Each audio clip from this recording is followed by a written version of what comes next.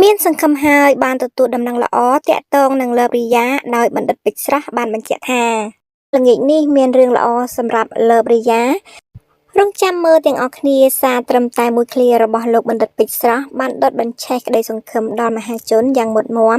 ចំពោះវាសនារបស់អ្នកនាងលើបរិយានៅល្ងាចនេះ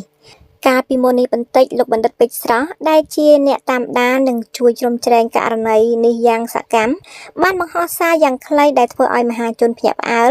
ខ្លឹមសារដ៏មានអត្ថន័យពីលោកបណ្ឌិតពេជ្រស្រស់ដែលបានសរសេរថាល្ងាចនេះមានរឿងល្អសម្រាប់នាងលើបរិយាទោះបីជាមិនទាន់មានការបញ្ជាក់លម្អិតថាជាអ្វីប៉ុន្តែអ្នកតាមដានជឿជាក់ថាវាអាចជាដំណឹងពាក់ព័ន្ធនឹងសេរីភាពឬការអនុញ្ញាតឲ្យលោកស្រី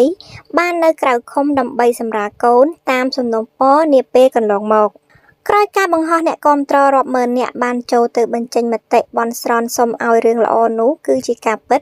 ដើម្បីឲ្យម្ដាយនិងកូនក្នុងផ្ទៃបានមកជួបជុំគ្រួសារវិញក្រោយស្ថានភាពរបស់អ្នកនាងលើបរិយាពេលកំពុងពពោះកូនភ្លោះនិងបានកំពុងជាប់ឃុំក្នុងពន្ធនាគារនៅឡើយនោះដោយថ្មីនេះបែកធ្លាយរូបភាពលើបរិយាប៉ុន្មានសន្លឹកដោយសារព័ត៌មានមួយចំនួនក៏ហាក់មហាជនឲ្យមានការភ័ន្តច្រឡំថាលើបរិយាត្រូវបានដោះលែងចេញពីពន្ធនាគារហើយប៉ុន្តែជារឿងមិនពិតនោះទេដោយក្តីអាណិតពេកក្រោយឃើញលើបរិយាក្នុងសភាពពពោះកូនភ្លោះផងនោះនៅថ្ងៃនេះលោកបណ្ឌិតពេជ្រស្រស់បានបង្ហោះសារស្នើសុំសម្ដេចគតិប្រិទ្ធបណ្ឌិតដូចនេះថា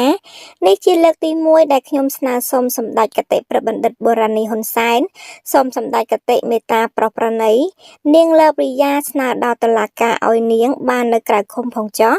ដើម្បីឲ្យនាងបានថែទាំកូននៅក្នុងផ្ទៃចំណែកការពីយប់មិញលោកឯកឧត្តមបណ្ឌិតពេជ្រស្រស់បានចេញវីដេអូបកស្រាយបញ្ជាក់ទៀតថាដើម្បីកុំឲ្យមានការយល់ច្រឡំការជួយដល់អ្នកនាងលើបរិយាកំពុងពពោះកូនភ្លោះក្នុងផ្ទៃដោយសារតែលោកហាក់មាននិស្ស័យអាណិតអាសូរលោកថាមិនធ្លាប់ស្គាល់គ្នាពីមុនតែអាណិតព្រោះអ្នកនាងលើបរិយាមានទោសព្រោះជាមនុស្សអវិជ្ជាលោកបានបញ្ជាក់ទៀតថាការស្នើសុំដល់សម្ដេចគតិប្រិទ្ធបណ្ឌិតបូរ៉ានីហ៊ុនសែនជួយស្នើឲ្យតុលាការសម្រួលឲ្យលើបរិយាបាននៅក្រៅឃុំបណ្ដោះអាសន្ននោះលោកបានលើកឡើងនៅហេតុផលសំខាន់ថាទោះបីច្បាប់ជាច្បាប់ប៉ុន្តែលោកយល់ថាគួរមានគុណធម៌និងការយោគយល់ខ្លះចំពោះស្ត្រីកំពុងពពោះលោកចង់ឲ្យអ្នកនាងបានចេញមកថែទាំសុខភាពកូនក្នុងផ្ទៃដែលមិនដឹងអីខណៈអំពើខុសឆ្គងរបស់អ្នកនាងលើបរិយាមិនមែនជាបទល្មើសចារកម្មក្បត់ជាតិធ្ងន់ធ្ងរនោះទេលោកសង្ឃឹមថាថ្នាក់ដឹកនាំនឹងយោគយល់លើកលែងនិងផ្ដល់ក្តីសន្តោសប្រណីចំពោះករណីនេះអ្នកលេងបណ្ដាញសង្គមជាច្រើនបានគាំទ្រនៅសំណើនេះក្នុងនោះលោកវ៉ាន់សារាយដែលជាអ្នកព័ត៌មានល្បីម្នាក់ក៏បានគាំទ្រសំណើនេះដែរបង្ហោះសារភ្ជាប់ជាមួយរូបថតសម្ដេចគតិប្រិទ្ធបណ្ឌិតនិង screenshot របស់លោកបណ្ឌិតពេជ្រស្រស់អ្នកសារព័ត៌មានល្បីឈ្មោះរូបនេះរៀបរាប់ដូចនេះថាខ្ញុំគាំទ្រសំណើរបស់លោកពេជ្រស្រស់ខ្ញុំមានក្តីរំពឹងទុកថាបើសម្ដេចគតិប្រិទ្ធបណ្ឌិតបានឃើញសំណូមពរនេះសម្ដេចគតិប្រិទ្ធបណ្ឌិតដែលបេះដូងពោពេញដោយក្តីសន្តោសប្រណីនោះនឹងពិចារណាលើសំណូមពរមួយនេះបន្ថែមលើនេះលោកក៏បានបន្ថែមទៀតថាខ្ញុំក៏ធ្លាប់ជាអ្នករិះគន់រឿងសម្ញែងរថយន្តរបស់ក្រុមអ្នកស្រីលើបរិយា